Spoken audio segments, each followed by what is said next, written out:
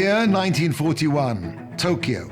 Rabbi Moshe Shatzkes and the Amshinover Rebbe sat facing 4 Japanese admirals in dress uniforms. Heads shaven, arms folded stiffly across their chests, they sat motionless.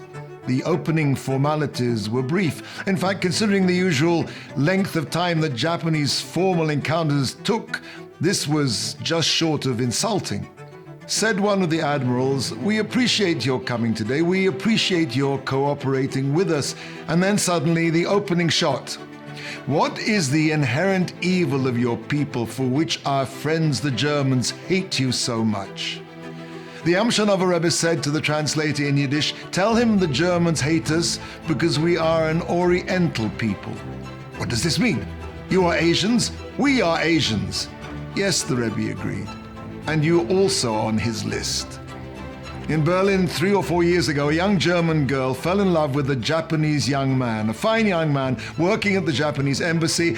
And naturally enough, they wanted to get married, but such a marriage was forbidden by the laws of German racial purity. "You're lying," said the admiral. "No," said the Rebbe. "Consider for yourself.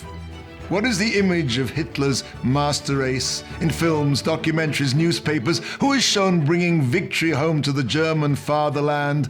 The so-called Aryans, tall, broad-shouldered, blonde-haired, blue-eyed. The reason they hate me, the reason they hate all of us is because we don't fit the image of the Aryan master race." He said no more. There was no need to point out the scarcity of tall, broad-shouldered, blonde, blue-eyed Japanese.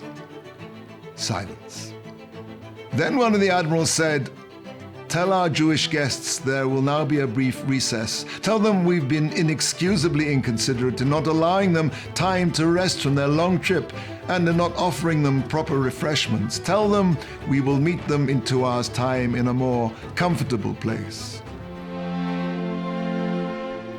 Several hours later, Rav Moshe Shatzkes and the Amshinover Rebbe were shown into a large conference room lined with windows, and the atmosphere was completely different. Again, the 4 admirals were lined up proudly on one side of the table, but now seated beside them were 2 high-ranking Shinto priests in long white robes and tall, stiff black hats tied decorously under their chins.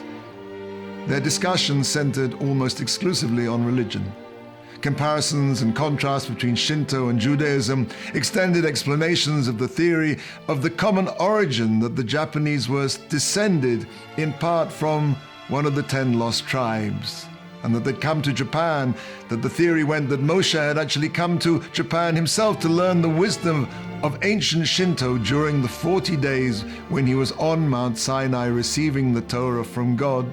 For over an hour, Rabbi Shatzkes described the basic principles, ideas, and ceremonies of the Jews, and it was late afternoon before the meeting drew to a close. As a final note, the Amshinover Rebbe repeated the gratitude of the refugees to the Japanese for taking them in and treating them so well. "Go back to your people," said one of the admirals, "and tell them they've nothing to fear.